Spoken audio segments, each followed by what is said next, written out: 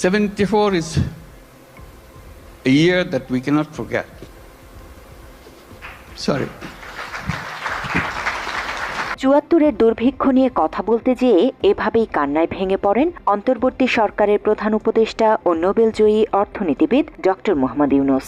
Sorry, my words. I cannot bring my word. People died of hunger. যে দুর্ভিক্ষের দুর্দশা নিয়ে কথা বলতে যেয়ে আবেগাপ্লুত হয়ে পড়েন মোহাম্মদ ইউনূস, সেই দুর্ভিক্ষের কারণ কি ছিল? কেন খাদ্যের অভাবে লাখ লাখ মানুষ মারা যায় সে সময়? আবারও সময় হয়েছে নতুনভাবে এসব নিয়ে আলোচনার, যেন নতুন বাংলাদেশে শাসকদের দুর্নীতির কারণে সাধারণ মানুষকে আর খাদ্যের অভাবে মরতে না হয়।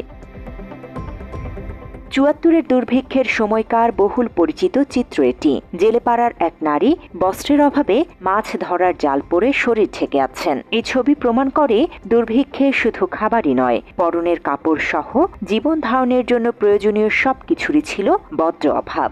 আন্তর্জাতিক বিভিন্ন সূত্র মতে কমপক্ষে ৫০ লাখ নারী নগ্ন দেহে বসবাস করেছে ওই সময়ে। গ্রামের মানুষ ঢাকা আসলে বোধহয় কিছু আমরা পারতে পারবো, এরকম দুর্ভিক্ষ। কালো মানুষ মরে যেতেছে, লাশ দাফন করার মতো মানুষ নেই, মা বাচ্চা ফালাতে ভাগতেছে। ১৯৭১ সালে দেশ স্বাধীনের পর কোনো সাধারণ নির্বাচন ছাড়াই ক্ষমতায় বসেন শেখ মুজিবুর রহমান। এরপর থেকেই ডাকাতি, ছিনতাই, রাহাজানি আর দ্রব্যমূল্য বৃদ্ধিতে নাভিশ্বাস ওঠে সাধারণ মানুষের। জনতার পেটে যখন ভাত নেই, তখন লাখ লাখ টন খাদ্য নির্বিবাদে পাচার হয় সীমান্তের ওপারে। এসব নিয়ে লোক দেখানো বক্তব্য দিলেও প্রতিকার করেননি সে সময়ের শাসক মুজিব। কয়েকটা চোরাকারবারি, মুনাফাখোর, ঘুষখোর দেশের সম্পদ বাইরে বাইর করে দিয়ে আসে, জিনিসের দাম গুদাম করে মানুষকে না খাওয়া মানে উৎখাত করতে হবে বাংলার বুকের থেকে এদের। মূলত স্বাধীনতার পর শাসকদের ব্যাপক দুর্নীতি আর মুজিবের দুঃশাসনের কারণে সৃষ্টি হয় ৭৪-এর দুর্ভিক্ষ। আর ওই দুর্ভিক্ষে খাদ্যের আশায় এভাবেই রিলিফের বস্তার দিকে তাকিয়েছিল এই শিশু। দেহ থেকে প্রাণ যায় অবস্থা, তবু এদের খাদ্যের যোগান দিতে পারেননি শাসক মুজিব। ৭৪-এর ওই দুর্ভিক্ষে শুধু ঢাকাতেই প্রতি ঘন্টায় ৩ থেকে ৪ জন লোক মারা যেতে থাকে অনাহারে। অন্ন, বস্ত্র কিংবা মাথা গোজার ঠাঁই ছিল না কোথাও। কোটি কোটি মানুষ ছিল ক্ষতিগ্রস্ত ও বাস্তুহারা। অবস্থা এতটাই বেগতিক ছিল যে বমি খেয়েও বাঁচার চেষ্টা করেছে মানুষ। এ বিষয়ে আন্তর্জাতিক একটি সংবাদ মাধ্যমের এক সাংবাদিক সাক্ষাৎকারে মুজিবকে প্রশ্ন করেন, মানুষ ঘাস পাতা খেয়ে বেঁচে আছে, এমন কেন হবে? এই প্রশ্নের উত্তরে মুজিব বলেন, কিছু কিছু জায়গায় এরকম হতে পারে, তবে সব জায়গায় লঙ্গরখানা আছে। We have no food. We're not getting it from anywhere. Quite close to Dhaka. Why should this be so? You see, that is some of the places this happens, but we have our open, free kitchen everywhere. The people are welcome to come there.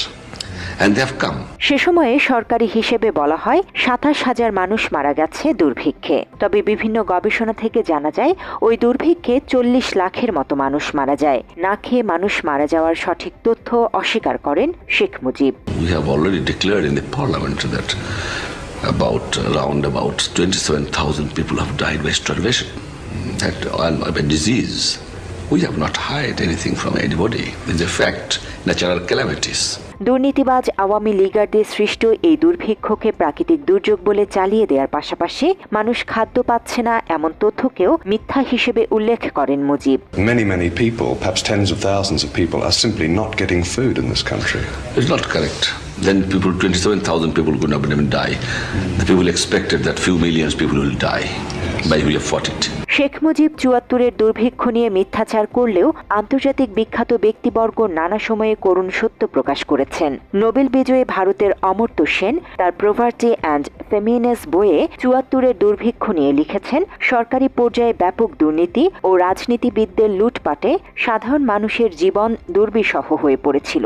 Doctor Amartya Sen তার বইয়ে আরও লিখেছেন, খাদ্য আমদানির ওপর নির্ভরশীল সরকার দেশে তীব্র দুর্ভিক্ষ হওয়া সত্ত্বেও খাদ্যশস্য আমদানিতে সাফল্য দেখাতে পারেনি। ১৯৭৩ সালের তুলনায় ১৯৭৪ সালে কম খাদ্যশস্য আমদানি হয়েছে।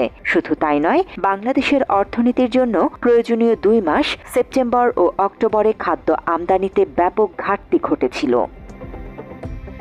মাত্র ৩০% টাকায় জমির মালিক হয়ে নতুন বাংলাদেশের গড়ে তোলার স্বপ্ন দেখা বাংলা বসতি।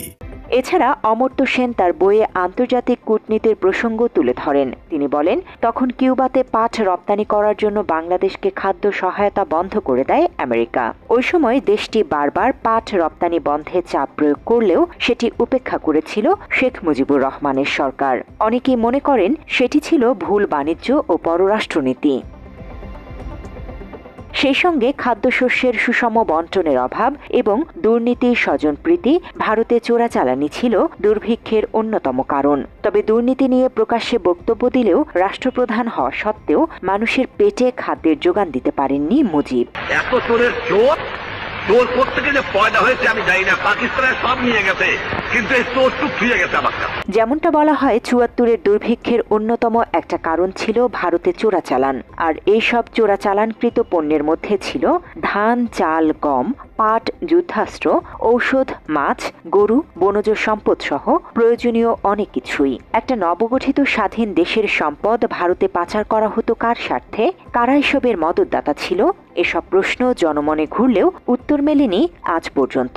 সেই সময়ের বিভিন্ন সংবাদ মাধ্যমের তথ্য অনুযায়ী ভারতে ওই সময়ে পাচার হয় প্রায় ৫,০০০ কোটি টাকার পণ্য। ফলে আফসোস করে বিশেষজ্ঞরা বলতেন, চোখের সামনে চাল, পাট পাচার হয়ে যায় সীমান্তের ওপারে, আর বাংলার অসহায় মানুষ ভিক্ষার ঝুলি নিয়ে ঘোরে বিশ্বের দ্বারে দ্বারে। বিভিন্ন দেশ থেকে আসা সাহায্য ওই সময়ে আওয়ামী লীগের নেতাকর্মীরা নিজেরাই ভোগ করায় বাইরের দেশগুলো সাহায্য পাঠাতেও অনীহা প্রকাশ করে। ফলে দুর্ভিক্ষ ব্যাপক আকার ধারণ করে। তবে এই অবস্থাতেই দুর্ভিক্ষকে যেমন অস্বীকার করে মুজিব, তেমনি দুর্ভিক্ষের রেশ কাটতে না কাটতেই তার দুই ছেলে শেখ কামাল ও জামালের ধুমধাম করে বিয়ের ব্যবস্থা করেন। মানুষ যখন না খেয়ে মরার শোকে কাতর, তখনই সোনার মুকুট মাথায় দিয়ে এই বিয়ের আয়োজন করেন মুজিব। বিশাল আয়োজনের ওই বিয়েতে ছিল অগণিত অতিথির ভিড়, যেন পুরো ঢাকা শহরটাই এসে উপস্থিত হয় বিয়েতে। বিয়ের পরদিন সংবাদ মাধ্যমে প্রকাশ করা হয় প্রধানমন্ত্রীর দুই ছেলের সোনার মুকুট মাথায় পরে বিয়ের খবর। একইভাবে প্রকাশ করা হয়েছিল দুর্ভিক্ষ পীড়িত, অনাহার ক্লিষ্ট, মুমূর্ষ মানুষরূপী কঙ্কালের ছবি এবং দুর্ভিক্ষের খবর।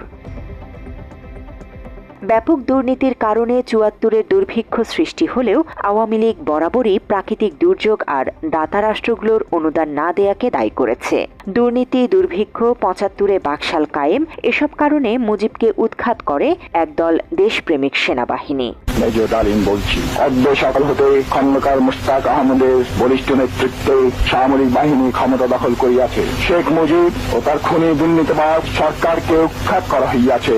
এখন হতে সারা দেশে সামরিক আইন জারি করা হলো। উৎখাতের পর প্রধানমন্ত্রীর দায়িত্ব নেয়া খন্দকার মোশতাক মুজিবকে বহুরূপী বলে মন্তব্য করেন। Mujibur Rahman, who was a friend of mine, a great friend. মুজিবের ওই সময়কার ভয়াবহ দুর্ভিক্ষের কথা তুলে ধরে সম্প্রতি যেভাবে কান্নায় ভেঙে পড়েছেন ডক্টর ইউনূস, তা দেশের সাধারণ মানুষের প্রতি সহানুভূতি প্রকাশ করেছে। ইতিহাস থেকে শিক্ষা নিয়ে মুজিবের মতো আর কোনো শাসক বাকশালী হয়ে না উঠুক, এমন প্রত্যাশা সাধারণ মানুষের। আর দুর্ভিক্ষ নয়, হাতে হাত রেখে এগিয়ে যাক বাংলাদেশ, এমন প্রত্যয় সবার। Desk report, Bangla addition.